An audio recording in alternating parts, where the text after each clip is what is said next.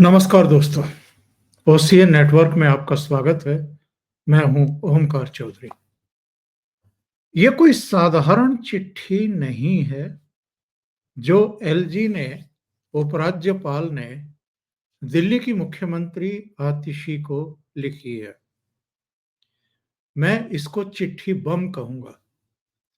और ये चिट्ठी लिखी गई है आतिशी को, लेकिन किसके बारे में है और किस पर ये अटैक है, एक तरीके से ये साधारण लोगों की भी समझ में आ जाएगा। उन्होंने पूर्व मुख्यमंत्री और आम आदमी पार्टी के संयोजक अरविंद केजरीवाल के एक बयान को आधार बनाया है अपनी चिट्ठी के लिए, लेकिन वो केवल उस एक बयान तक सीमित नहीं रहे हैं। उन्होंने इनके कामकाज के तौर तरीकों पर भी टिप्पणी की है। अरविंद केजरीवाल के खास तौर से मुख्यमंत्री रहते हुए कुछ भी नहीं करने पर एक बहुत कड़ी टिप्पणी की है, उसको अंडरलाइन किया है। और एलजी ने यहां तक लिख दिया है कि मैं 2.5 साल से दिल्ली का उपराज्यपाल हूं। मैंने पहली बार किसी मुख्यमंत्री को काम करते हुए देखा है। एलजी का ये रिमार्क के साहब, आपके पास तो विभाग भी हैं। आपके पूर्ववर्ती मुख्यमंत्री ने तो कोई विभाग भी अपने पास नहीं रखा और किसी फाइल पर कभी सिग्नेचर भी करना मुनासिब नहीं समझा। यानी अपनी सारी जिम्मेदारियों और जवाबदेही से भागते ही रहे और कोई भी डिपार्टमेंट अपने पास ना रख करके उन्होंने ये भी साबित किया है और यही किया है कि वो कोई काम नहीं करेंगे, कोई फैसला ही नहीं करेंगे। और जो भी कर रहे थे उस समय मंत्री कर रहे थे। कम से कम पहली बार मैं ये देख रहा हूं कि कोई मुख्यमंत्री काम कर रहा है, विभागों के साथ काम कर रहा है, फाइलों पर सिग्नेचर कर रहा है। वो अरविंद केजरीवाल जो अभी हाल में तमाम चैनलों को इंटरव्यूज दे रहे हैं, और बहुत सारे इंटरव्यूज तो प्रायोजित हैं, यानी वो मैनेज किए हुए इंटरव्यू हैं, ये साफ साफ दिखाई देता है। मेरे पास ऐसे भी यूट्यूबर्स के इंटरव्यूज की क्लिप्स हैं जिसमें उन यूट्यूबर्स को एक ही जैसे सवाल पूछने के लिए कहा गया था। तो जाहिर है वो मैनेज किए गए थे, उनको बुलाया गया था और उनको इसके लिए मैनेज किया गया कि आपको बस ये सवाल पूछने हैं। और अरविंद केजरीवाल उन्हीं विषयों पर बोलना चाहते थे और उन्हीं के जवाब देना चाहते थे। मतलब सवाल तो केवल बहाना था। वो यूट्यूबर जो बुलाए गए थे वो भी एक बहाना ही थे, लेकिन उनको सोशल मीडिया मंच के जरिए एक ग्रुप को अपना पक्ष पहुंचाना था, इसलिए उनको बुलाया गया। इसी तरीके से इलेक्ट्रॉनिक मीडिया के लोगों को भी ये बुला बुला करके आजकल बातचीत कर रहे हैं और एक तरीके का वो चुनाव प्रचार ही है। जो सवाल भारतीय जनता पार्टी या जो एक बड़ा वर्ग आजकल इनसे पूछ रहा है, उन सवालों से भागने की कोशिश कर रहे हैं और दूसरे नैरेटिव से उसको पर्दे के पीछे या रेत के नीचे दबाने की कोशिश कर रहे हैं, जो एक्चुअल में सही सवाल हैं, जो किसी भी सरकार के कार्यकाल पूरे होने पर और नए चुनाव आने पर उससे पूछे जाने चाहिए कि आपने अब पिछले 5 साल में क्या किया है, जो वायदे किए थे वो पूरे किए कि नहीं किए, या जो अब तक 10-11 साल का इनका एज चीफ मिनिस्टर कामकाज रहा है, उसमें आपने किया क्या है? दिल्ली में किस तरह के बदलाव आपने किए हैं, जिनका वादा आपने किया था? उसका जवाब देने के बजाय रोज़ाना नया-नया कुछ ना कुछ ऐसा अ, सवाल खड़ा कर देते हैं या घोषणा कर देते हैं, फिर मीडिया उस पर गाल बजाई जारी रखता है। तो इन्होंने एक इंटरव्यू में ये कह दिया।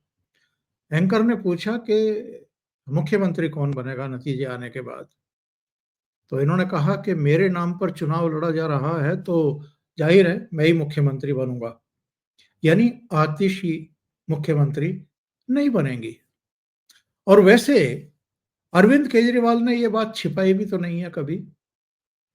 रिजाइन करते हुए और आतिशी मार्लेना को मुख्यमंत्री पद की शपथ दिलाए जाते समय भी ये तो सबको पता था, इंक्लूडिंग आतिशी मार्लेना, कि वो बस चुनाव होने तक मुख्यमंत्री हैं।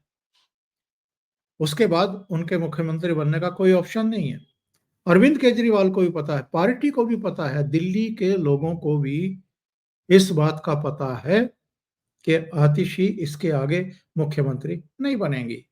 उनको मजबूरी में बनाया गया है, वरना अरविंद केजरीवाल के बिना, उनके बगैर किसी दूसरे का नाम मुख्यमंत्री के लिए आए, खास तौर से दिल्ली में, ये संभव ही नहीं है। एलजी ने जो चिट्ठी लिखी है उसमें इंटरव्यू में जो इन्होंने ये कहा है कि आतिशी मार्लेना तो काम चलाऊ मुख्यमंत्री हैं। इस पर एलजी ने इनको यानी आतिशी मार्लेना को चिट्ठी लिखी है।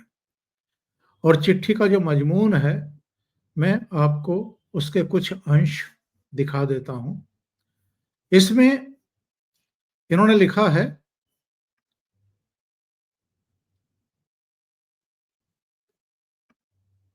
जी मैं उस चिट्ठी को खोल करके आपको पढ़ करके बताता हूं। उन्होंने लिखा है, प्रिय आतिशी जी, सर्वप्रथम मैं आपको आगामी नव वर्ष 2025 के लिए शुभकामनाएं देता हूं। मेरी कामना है आप सदैव स्वस्थ रहें और प्रगति के पथ पर अग्रसर रहें। आपको मुख्यमंत्री पद की शपथ दिलाने के अवसर पर भी मैंने आपको हृदय से बधाई और शुभकामनाएं दी थी। और तब से अब तक की अवधि में मैंने अपने 2.5 साल के कार्यकाल में पहली बार मुख्यमंत्री पद पर आसीन व्यक्ति को मुख्यमंत्री का काम करते हुए देखा है। जहां आपके पूर्ववर्ती मुख्यमंत्री यानी अरविंद केजरीवाल के पास सरकार का एक भी विभाग नहीं था और ना ही फाइलों पर हस्ताक्षर किया करते थे, वहीं आपने अनेक विभागों का दायित्व लेते हुए प्रशासन के विभिन्न मुद्दों पर काम करने का प्रयास किया। परंतु कुछ दिन पूर्व आपके पूर्ववर्ती मुख्यमंत्री अरविंद केजरीवाल द्वारा मीडिया में आपको सार्वजनिक रूप से एक अस्थाई टेम्परेरी काम चलाऊ मुख्यमंत्री घोषित किया जाना मुझे बहुत आपत्तिजनक लगा और मैं इससे आहत हुआ। यह न केवल आपका अपमान था बल्कि आपकी नियोक्ता महामहिम भारत की राष्ट्रपति और उनके प्रतिनिधि के रूप में मेरा भी अपमान था। अस्थाई अथवा काम चलाऊ मुख्यमंत्री की जो सार्वजनिक व्याख्या श्री केजरीवाल ने की, उसका कोई संवैधानिक प्रावधान है नहीं और ये बाबा साहब अंबेडकर द्वारा रचित संविधान में निहित लोकतांत्रिक भावना और मूल्यों की निंदनीय अवहेलना भी है। आजकल चूंकि डॉक्टर अंबेडकर और संविधान और तमाम तरह की बातें जो हैं आजकल, ये आम आदमी पार्टी भी, कांग्रेस भी, कुछ विपक्षी दल भी खूब कर रहे हैं। और जब से प्रधानमंत्री नरेंद्र मोदी ने लोकसभा में और अमित शाह ने राज्यसभा में इनको एक तरीके से धोया है, बिना साबुन के धोया है, तब से तो ये एक कोई 12 सेकंड का या 16 सेकंड का क्लिप निकाल करके अमित शाह के भाषण की और उसके आधार पर कह रहे हैं कि इन्होंने अंबेडकर का अपमान कर दिया, अपमान कर दिया, अपमान कर दिया।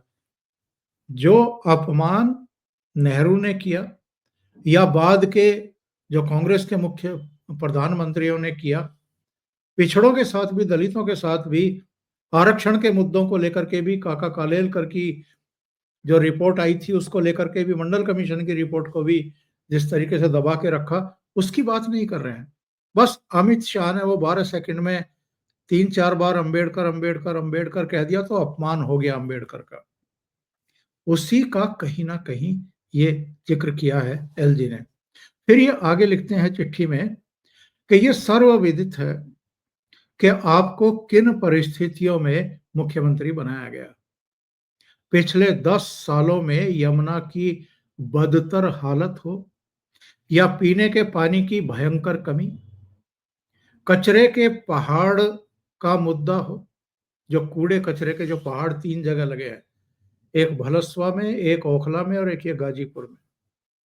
तो उनका ज़िक्र किया है उन्होंने कि कचरे के पहाड़ों का मुद्दा हो या औद्योगिक क्षेत्रों में बुनियादी सुविधाओं की कमी, सड़कों और सीवर लाइन की दुर्दशा हो या स्वास्थ्य की चरमराती व्यवस्था, अनधिकृत कॉलोनियों में सुविधाओं का घोर अभाव हो या झुग्गी बस्तियों में नारकीय जीवन, एक मुख्यमंत्री के द्वारा जिसको अस्थायी और काम चलाऊ घोषित किया जा चुका हो, 3-4 महीने में कुछ भी कर पाना कितना संभव है, ये सब जानते हैं। उन्होंने लिखा कि इन क्षेत्रों में अपनी विफलता को आपके नेता ने सार्वजनिक रूप से स्वीकार भी किया है, परंतु मुख्यमंत्री के तौर पर अब इन सभी क्षेत्रों में विफलता की जिम्मेदारी आपकी यानी आतिशी की ही मानी जाएगी।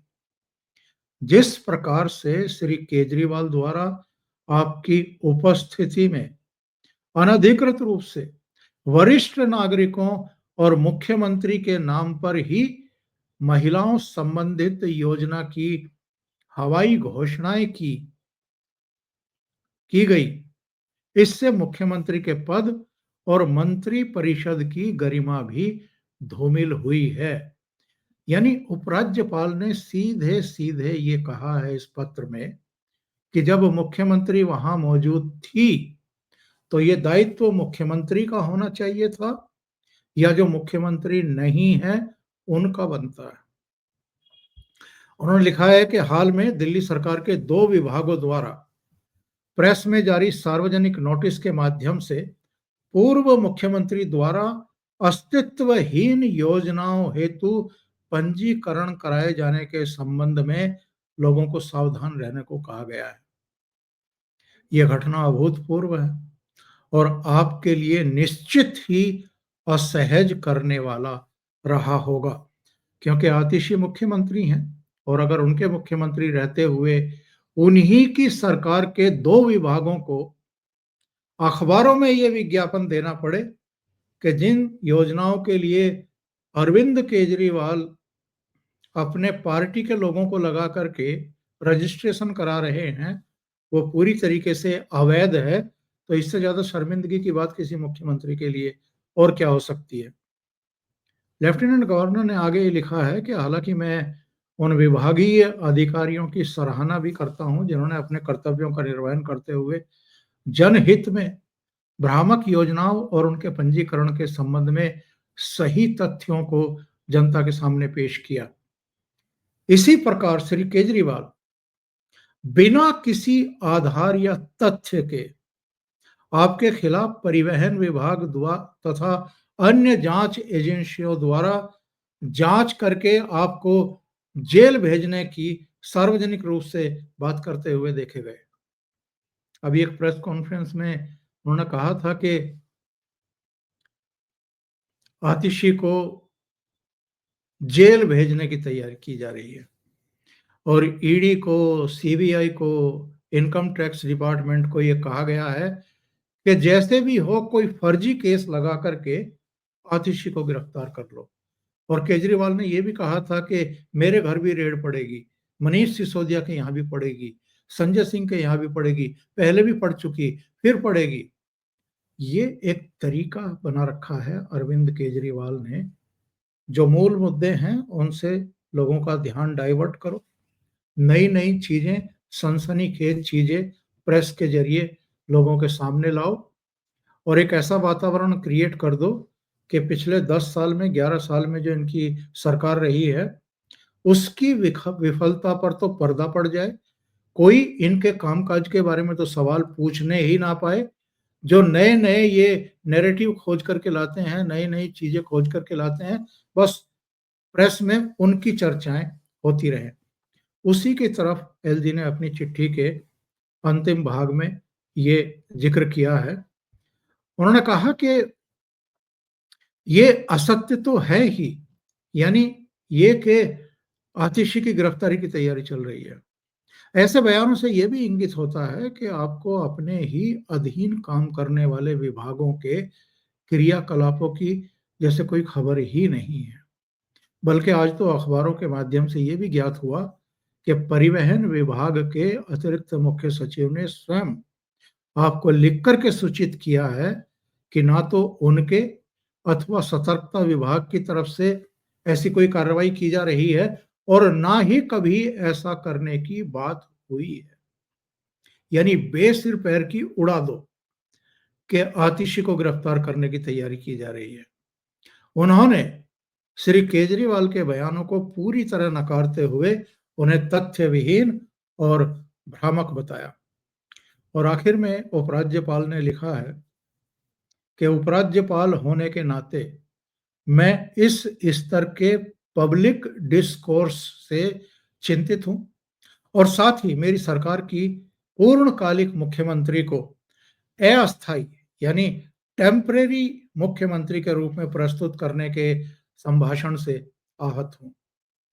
मैं आपके सफल और उज्जवल भविष्य की कामना करता हूं। मेरा ये पत्र आपको व्यक्तिगत तौर पर लिखा गया है, परंतु आने वाले समय में इसे वर्तमान के परिप्रेक्ष्य को रेखांकित और रिकॉर्ड करता हुआ दस्तावेज माना जाए। ये एलजी ने चिट्ठी लिखी है। अब अगर इसके हम दूसरे पहलुओं पर चर्चा करें, ये पत्र ऐसे समय लिखा गया है एलजी की तरफ से जब चुनाव की किसी भी समय घोषणा हो सकती है और एक जो नैरेटिव बनाया जा रहा है अरविंद केजरीवाल के द्वारा, मुझे कोई काम नहीं करने दिया गया, मुझे उठा करके जेल में डाल दिया गया और मैं पेयजल का की व्यवस्था इसीलिए नहीं कर पाया, ये पॉल्यूशन इसीलिए कम नहीं कर पाया हूँ और जो ये पहाड़ खड़े हुए हैं कूड़े करकट के, ये भी कोई एक मुख्यमंत्री अगर भ्रष्टाचार के आरोप में लिप्त है, तो क्या देश की संबंधित एजेंसियों को उस भ्रष्टाचारी मुख्यमंत्री के खिलाफ कोई कार्रवाई नहीं करनी चाहिए? और जो चार्जशीट पेश की गई है राउज़ एवेन्यू कोर्ट में, उसमें तो सारा डिटेल लिखा हुआ है, सारे कच्चे चिट्ठे खोले गए हैं। इसी तरीके से इनके जो आबकारी मंत्री थे, जिनको ये शिक्षा मंत्री कह कर के प्रचारित करते हैं, मनीष सिसोदिया, वो भी गिरफ्तार हुए हैं। तो इन दोनों के गिरफ्तार होने के बाद पूरी ब्यूरोक्रेसी भी बाहर थी, इनके बाकी के मंत्री भी बाहर थे। इनके डिपार्टमेंट जो ऑलरेडी पहले ही मंत्रियों के पास थे, उन्होंने क्या किया है? उनकी जवाबदेही और ज़िम्मेदारी नहीं बनती है क्या? अगर आप यमुना साफ नहीं करा पा रहे हैं, तो आप कितना और झूठ बोलेंगे? कितने और बहाने बनाएँगे? अगर आप पेयजल जैसी बुनियादी सुविधा भी लोगों को नहीं दे पा रहे हैं, अगर स्वास्थ्य की बेसिक सुविधाएँ नहीं दे पा रहे हैं, तो इसके लिए कौन ज़िम्मेदार है? और चलो जेल में तो आप 21 मार्च को गिरफ्तार होने के बाद शायद पहली अप्रैल को गए, उससे पहले क्या किया? यानी जो शुरू के साढ़े 3-4 साल थे, उनमें आपने क्या किया? उनमें किसी ने आपको रोका था क्या यमुना साफ करने से या पेयजल की व्यवस्था करने से या कूड़े-करकट के जो पहाड़ हैं, इनको यहाँ से हटाने से? पहले तो ये कहते थे कि साहब वो हमारा जो है हमारे पास में एनडीएमसी नहीं है, नगर निगम नहीं है, अब तो वो भी आपके पास है। आपने एक अवधि तय की थी कि इस अवधि तक हम ये कूड़ा-करकट साफ कर देंगे, वो भी नहीं किया है। और जो दिल्ली की बदहाली की तस्वीरें, वीडियोग्राफ सामने आ रहे हैं, वो भी सबके सामने हैं।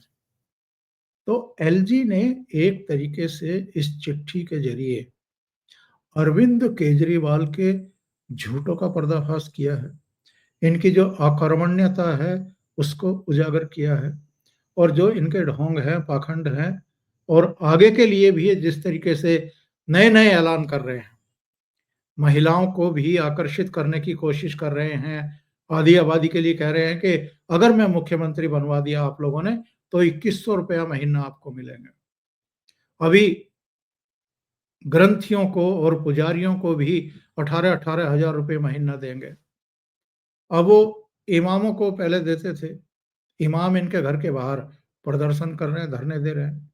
मीडिया में बता रहे हैं कि पिछले 17 महीने से हमें एक दमड़ी नहीं मिली है। तो अरविंद केजरीवाल इस समय घिरे हुए हैं और सबसे बड़ी सिरदर्दी इनके लिए कांग्रेस पार्टी ने खड़ी कर दी है। इनके खिलाफ संदीप दीक्षित को उम्मीदवार बनाया और इस बार मजबूती के साथ वो लड़ने जा रही है। तो सबसे ज़्यादा घबराहट जो देखी जा रही है अरविंद केजरीवाल के भीतर, कांग्रेस के मैदान से आने के बाद से ये सारी इनकी बौखलाहट दिखाई दे रही है। अभी के लिए इतना ही। बहुत-बहुत धन्यवाद। अगर आपको ये चैनल और इसके कंटेंट पसंद आ रहे हैं, तो लाइक करें, कमेंट करें, वीडियो को शेयर भी करें। अभी तक अगर आपने ये चैनल सब्सक्राइब नहीं किया है, तो सब्सक्राइब कर लें। साथ में लगे बेल आइकॉन को दबा दें, ताकि आगे आने वाले वीडियो और उनके नोटिफ़िकेशन आप तक पहुँचते रहें। बहुत-बहुत धन्यवाद। नमस्कार।